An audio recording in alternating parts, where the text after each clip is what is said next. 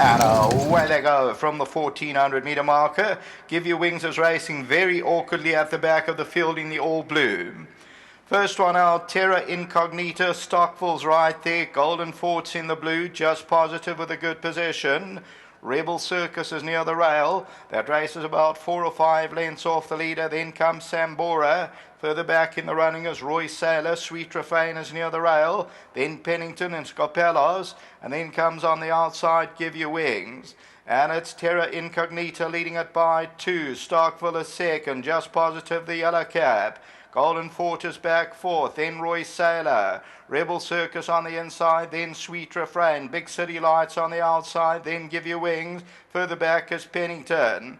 Now returning to the home stretch, and Terra Incognita leads it. In second is Stockville. Just positive is on the outside. Down the inside, Golden Fort, and then comes Sweet Refrain, Rebel Circus.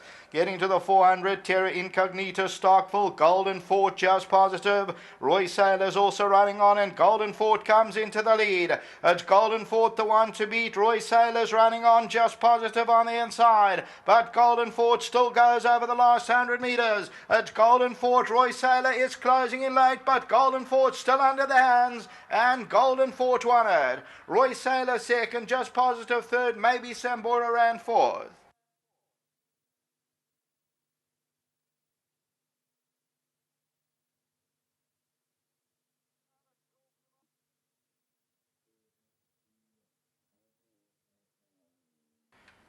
Number 3, Golden Fort. The elusive Fort for Doug Campbell, and they win it well. This one comes home still under the hands, and number 3, Golden Fort, shows up at 390. Second goes to number 7, Roy Sailor. Good run in second, beaten a length, just over a length. And then it's about 4 or 5 lengths back to the next placed horse, which was just positive. And then Sambora, Rebel Circus, and they were followed further back by number 2, Stockville, who ended up the tote favourite. Sweet Refrain, Give Your Wings race very awkwardly. Big City Lights is further back in the run. Scopelos, and then Terra Incognito led them into the home stretch. But the winner in the light blue colours and the white noseband, Golden Fort, 5th time at the track, and comes Goodyear, still under the hands, just positive. Roy Sailor is on the right-hand side, but Golden Fort continues to go and opens his account at the 5th time of asking. Number 3 pays up 390. Tote favourite number 2 until the running of the 4th race, the start of the Pick 6. Back to the studio.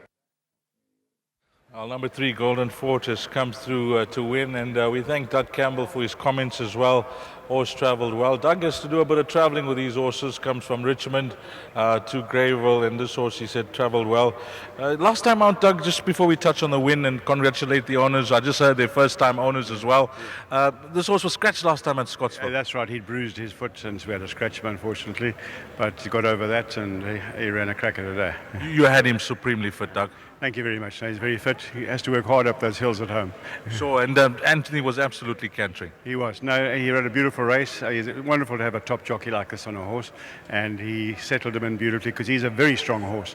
And but you know, with his horsemanship, he managed to settle him in well, and it's lovely to have a jockey like that on him. I mentioned in my preview that overlap just turned the stable. Definitely. Thank you. And I'm just thrilled for Mr. and Mrs. Mayer. They bred this horse on their farm at Moiriva. They live near Summerhill, and it's a real thrill for them. Their first winner, and in fact they bred it as well, so it's wonderful for them. Well, nice to see your stable doing well. Doug, anything else from your side? I think Dark Rose a big run in the next race, and I also think it may be a run a nice race in the 8th. Thanks for that, Thank Doug. you very much. Well done, Doug Campbell. Let's get Jockey Dapesh in, and he's put one on the board here. Yeah, Doug just mentioning he's a minier, this horse. He can take a hold. Yeah, he's a big boy and he's very strong. And he never left me alone the whole way.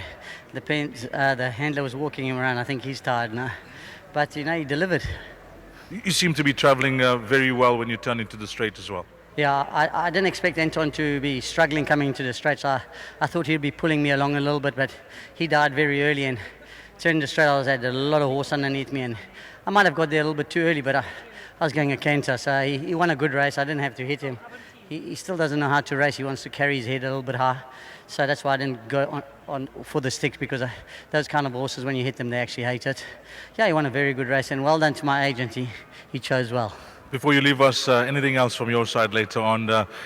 the reports on the horse in the first, which was a disappointment, I see reported lame. Yeah, he didn't feel right. He didn't go down so nicely, but I tried to warm him up, but he came back a bit sore with me. So, there's a reason for a bad run like that. So at least we know there's something wrong and we can fix it and come back again. Later on, Yeah, I got a very competitive card and I'm hoping to maybe crack one or two more.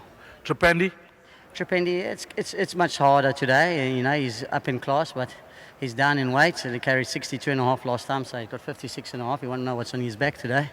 It's hard to keep these horses on the button all the time. He's won 3 in a row, and we've had him so well. So we just hope that he's as well as his last run, and he'll give a good account of himself. well played. Thank you. Anthony Delpes. Let's get the owners in. Come through, guys. Firstly, I'm told, come through, sir. Come through.